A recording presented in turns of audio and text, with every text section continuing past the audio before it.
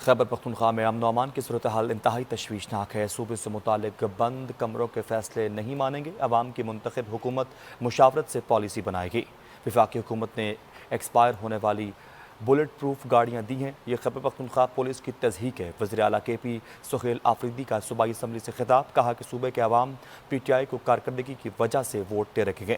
وفاق نے ضم شدہ اضلاع کے ساتھ کیے وعدے پر عمل نہیں کیا۔ پاک افغان جنگ بندی خوشائند بات ہے۔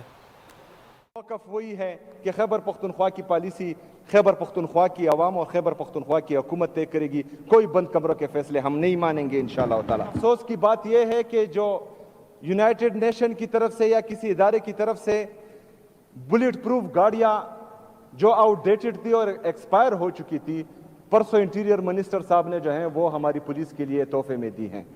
جو میری پولیس کے ساتھ، میرے پولیس کے شہداؤں کے ساتھ اور 80,000 سے زیادہ شہداء جو اس صوبے نے پیش کیے، ان کی تضحیق میں سمجھتا ہوں کہ ہے۔ ہماری کارکردگی تھی، ہم نے ڈیلیور کیا، اس لیے 2024 میں پھر خیبر پختونخوا کی عوام نے تحریک انصاف کو ووٹ دیا۔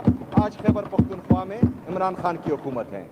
پاک افغان پیس ٹاکس دوحہ میں ہو رہے ہیں اور ہم اس کو خوشائند بھی سمجھتے ہیں۔